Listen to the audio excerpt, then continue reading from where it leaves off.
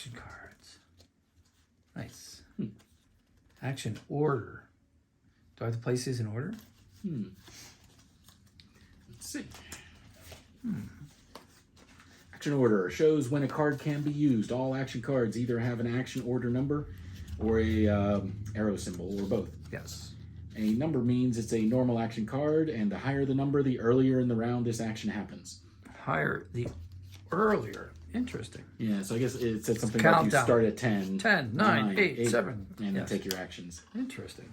Card with a arrow symbol is a reaction card with a circle. Reaction. It can be played on any character's actions, yours, other players, NPC controlled by the GM, to affect them, but you can't be played on your own. So this does the role playing for you. Yeah, kind of Cool. built into it. Built-in script. That's pretty cool. I like it. What a great mechanic. Level up only on equipment cards. Okay, we don't have equipment cards, but Not yet. not yet. Shows how many dice you add to the roll when the piece of equipment, when using the piece of equipment correctly. Got it. If you use a level 3 Gauss rocket launcher to launch Gauss rockets, add 3 dice to your node. Right. If you use it to jam open a bulkhead door, don't. Nope. Only as intended. Description: this is what will happen when you play the card. Order of combat. Doing things in combat in Paranoia works a lot like doing things generally in Paranoia. You work out your node dice number. Roll, look for 5s and 6s. Indicate successes, GM tells you how well you do. But there's a whole other dimension of cards. This game uses the card deck to let you perform special actions, decide the action order, and who goes first. Most people think the most important part of an RPG system is the bit where you hit each other, or try to. Most people are wrong. The most important part of a This must have been fun to write. Yeah, the most important part of a combat system is working out who goes first. Because if I have a laser pistol and I go first, there's a good chance your 154 warbots waiting for your command to attack are irrelevant.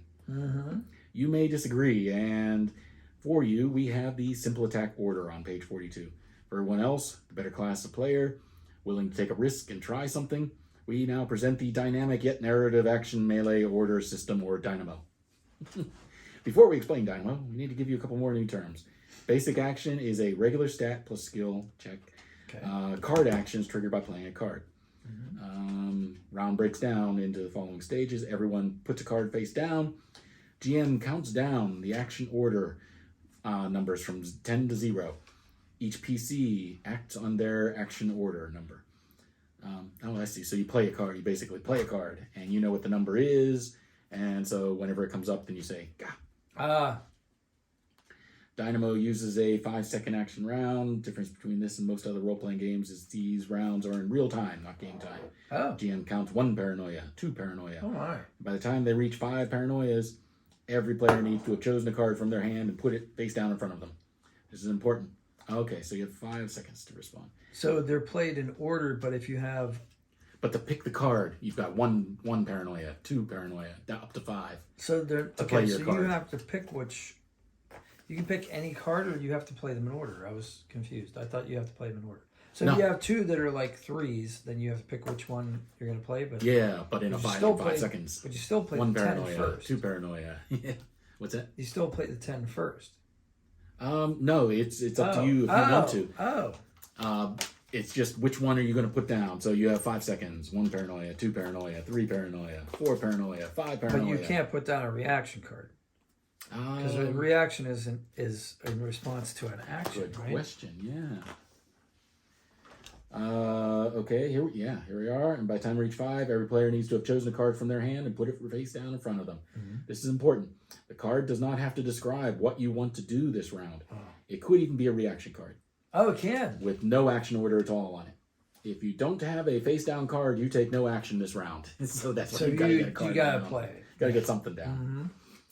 The GM counts down action order numbers, starting at 10, going down to 0. Players can chime in at any point if it matches the number on the card, or they just want to. Players can lie here. Call it a bluff, but it's a lie. Okay. If you want your character to act early in the round, claim you have a higher action order number than you do. Once per round, each player can challenge one other player's claimed action order number. The challenge player flips their card to show if they were telling the truth or not. If it matches or is higher than the last number the GM called, the challenger loses. Okay. They must discard one action card. So yeah, you could risk. You take a risk calling somebody out. You discard. So this is not a cooperative game. Semi. Okay, gotcha. If the action order numbers don't match, challenger wins. Yeah, so we can play through. Sure. Resolving an action. Play your card face up and resolve it, then discard it.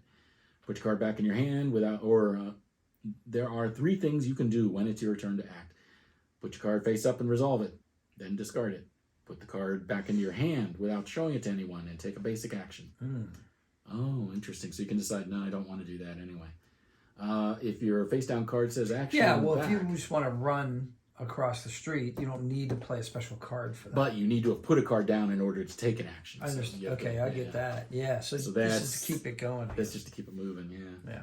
In a combat, GM should discard the rest of the action cards. At the end of the combat, ask the GM whether you should discard the rest of your action cards or draw back up to the full number. Some GMs will prefer to only use the cards for combat, and others will let you play the reaction during non-combat play. Okay. It sounds like a lot of trust to us, but it's really simple. It's a robust framework for hanging interesting narrative possibilities. You'll pick up on it fast. Yeah, and I tried doing that DMing one time in combat. I tried to get people to go faster instead of thinking about their stuff. So I started a 10-second countdown, and that did not go over well. Yeah. With one player in particular. He's like, why are you yelling at me? I'm like, I'm just trying to simulate combat, like what would happen. So you have 6 seconds per turn. That's what count this is down doing, from 6. 5, right, 4, right. 3. What's your action? Yeah. Attack that guy, I want to look at my spell book. It's like, you should know your spells. How many shots does a power pack last? Most weapons Alpha Complex use electricity to create an accelerated particle. This can be swapped out in a single action. Weapons can also be plugged into a power outlet. All this means that a power pack doesn't last a predictable number of shots.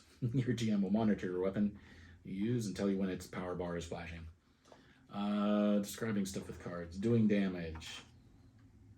So you hit a person. How badly are they hurt? For each success you roll, each 5 or 6 that is above the difficulty level set by the GM. Okay, this is sort of a dice pool system, yeah. You do 1 level of damage to your target. Physical injuries. Some cerebral cortex. Weights. Okay. You got to the end. That's great. I think we're good there. So we have our characters. Our characters. Mission book.